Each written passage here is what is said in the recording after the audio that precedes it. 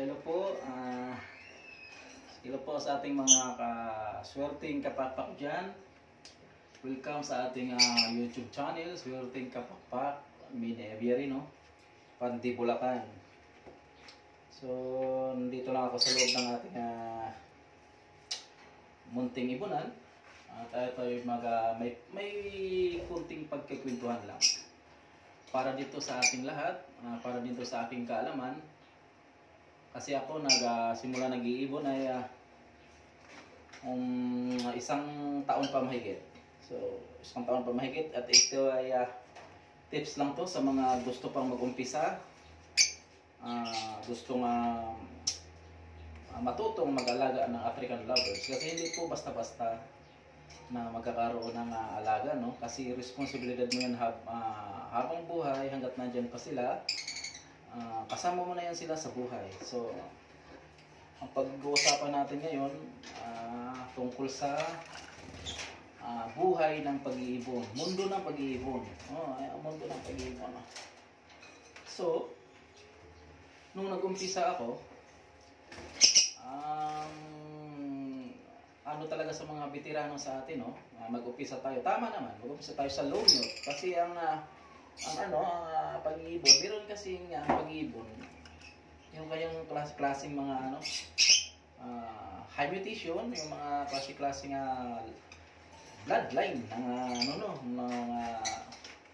ibon. Kumbaga, kung sa manok, meron silang kilso, mga ganon, mga sweater, ang ibon meron din. Kaya medyo mataas talaga ang presyo ng mga high milk. Kumbaga, dati ang upalay na bili natin ay mahal kasi nga in demand sa market. So ngayon, medyo bumababa na talaga, mas mababa na ngayon.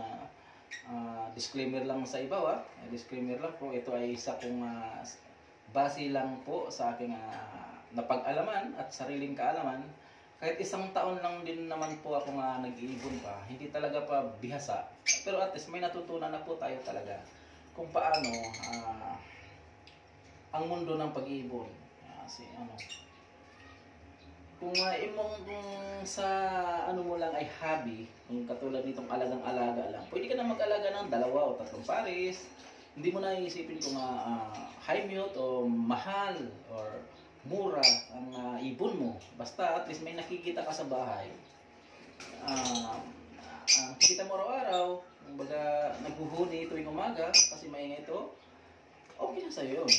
Pero pagka ikaw nag-aalaga, ikaw breeder, talagang maghahalo na po yung hobby saka, kumbaga, papasok na talaga sa isip mo kung paano kakikita. Totoo yun. Ito ay isang realidad lang sa pag-iibon, no? Kasi sa tagal mo sa pag-iibon, gusto mo kasi ang mahal ng patuka pa talaga, guys. Ang mahal na ngayon. Ang mahal ng patuka. Vitamins pa. Effort. Ganun talaga. So ngayon, hanggang doon na nga tayo, no? Mahal talaga ang pag-iibon. Patuka. So,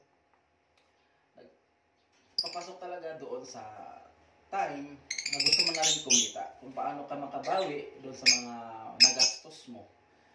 Kasi ikaw, ma-encourage ka Papasok ka ng group sa mga nag-iibon. Kumbaga, anong mga mutation meron sila, papasokin mo rin. Katulad, siyempre, pagka may mutation, mga high mutation na magaganda, mga pula mata, kumbaga Lutino, mga ganon, mga pale follow, mga pula mata nun, mga tan follow, mga red eye na po yun. Kumbaga, mga matataas na kalidad na ng ibon, no? Pricey na din kung bibilhin mo visual. Meron namang makakamura ka project, kumbaga ibabangga mo sila, maglalabas po yun ng gusto mong ibon. So ngayon, guys, mga kaswerteng kapakpak, dapat pala sa pag-ibon maging wais ka rin. Maging wais ka rin po talaga. Kasi lalo na katulad ko, na wala man talagang pira talaga na pang buluhan talaga na pwede kang sumabay doon sa pinakalitis na mutation. Kasi kung ano po yun ang pinakalitis nga po mutation guys, yun yung pinakamahal. Aabot na, maniwala ka siya niya, aabot to ng 200,000 pababa ng pababa yun pagka marami na rin nagbe-breed. Meron mga project pa lang nun guys, umabot ng 70,000, 50,000 isa. Katulad ngayon ng ngayong bago mutation yun guys, yung aqua, and then may yellowfish. Yun yung mga boom in demand talaga ngayon na hinahanap ng ating mga gagaling na mga breeder. Galing din po yan sa ibang hindi ko magkamali. Australia yung yellowfish. Disclaimer lang ha, pakicorrect lang ako kung mali po ako. At saka yung aqua ay sa Indonesia po yun. Ngayon, pakicorrect lang po kung magkamali po ako. So ngayon, aqua, simpleng aqua. Napakaganda ng kulay ng aqua guys. Meron pinkish or orange yung ulo nila, napakalinis. Ngayon, meron silang tinatawag, binabangga din nila yun sa mga mutation na nandito sa atin sa Pinas na marami. Mahalin. Katulad ng Dunfalo, mga Inoline, mga Pilfalo, mga Dilute. So, gano'n na pinagbabangga nila kung baga nagiging pag binangga nila yung magkakaroon na silang karga, ang karga ng ganong dugo. Ibig sabihin ng karga, yung kung ano ang linyada, kung mayroong linyada sa pagkain, hindi lang isa. Meron ka sa isang ibon, napakadaming karga. Pwede siyang katulad nito, kunyari ito, isang aqua, kunyari lang ha, ito ay isang fisher lang, lumyot. Kumbaga ito aqua, ito ay pwede magkakaroon to ng iba bang, ito ay pwede magkakaroon ng dugong dilute, dugong Dunfalo, dugong Lutino, ganon. Ganon siya. Kaya ngayon napag-isip-isip natin na kung sa akin, kung wala ka man lang, kung gusto mong sumabay, bumili ka ng visual talaga. Talagang gagasto ka guys. Maraming mga breeder na talagang gustong makapaglabas ka agad-agad kasi on the spot, kunyari, bibili ka ng visual, tapos panalang na. Nga 4 months to 5 months meron ka ng inakay. Ibig sabihin nun, doon pa lang, bawi ka na. Magkakaroon ng 3 inakay yun, hindi na yun maglalabas ng iba kung visual na. Kasi back to back siya, male and female, cock and hen, na parehas sila visual na gusto mo. Kumbaga, opa, aqua, opa, ganun, back to back. Matik po yun, mag-aanak po ng aqua. Ibig sabihin, ang anak nun, pera na. Ganun po yun sa pag-iiwan. Kaso, mahal nga, and then, pero pag nakaano ka naman, nagkapagpabuga ka naman, bawi. Ganun ang anong sa pag-iiwan. Kasi mag-aanak ng 5. 5, palagay natin 5. Palagay natin, disclaimer lang, palagay lang natin, sa isang inakay, anak por, nasa 50 to 70,000 ang aqua. Palagay lang po natin kaysa, 5, magkano yun? 350,000. Isang clutch lang po yun sa visual. Pero galing po yun sa napakamahal din na puhunan. Kaya ganun talaga. Sugal sa kabayan doon sa mga mayayaman na breeder. Pero, ngayon balik tayo sa ating normal backyard breeder. Para sa akin guys, nagpo-focus na lang ako doon sa Lutino, Dunfalo, Dilute, Pilfalo, ganon ang ating middle na kayang-kaya naman sa bulsa. Yun lang kasi doon pala meron kang ganon, may posibilidad na magiging buying pa rin yun dahil magagamit po yun sa pagbabangga kung meron sila naman silang ma-invento ng bagong mutation. Yun lang. Para sa akin lang. Pero hindi ko naman kayo ng na huwag kayong bumili. Para lang din sa atin, katulad ko na wala naman talagang puhunan para bumili ng mga visual.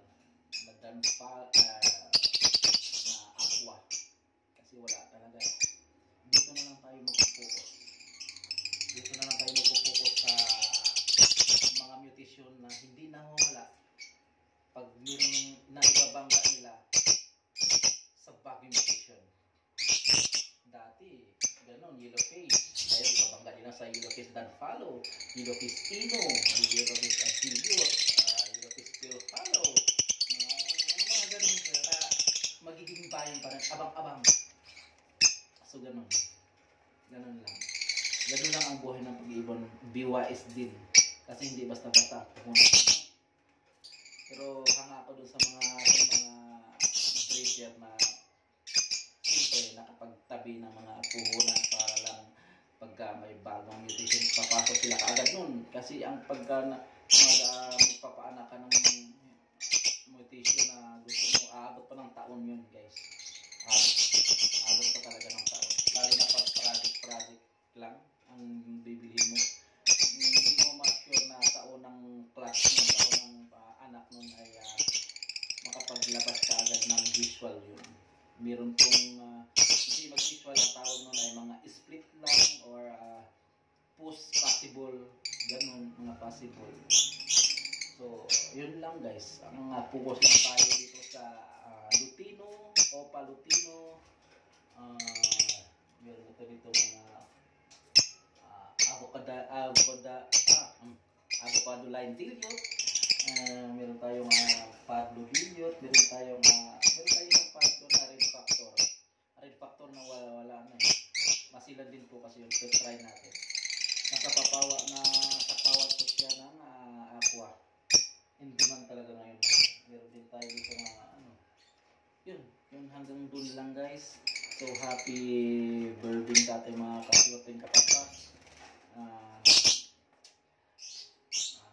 May na-April. So hanggang dun lang ang ating pag-uusap no. Sa susunod meron tayong mga tips pa hanggat sa aking kaalaman, kung may kaalaman. So inuulit ko, kung may mali man akong nasabi, paki-comment lang at pakukorek ako kasi ang pagkakamali doon tayo natututo. Bye guys.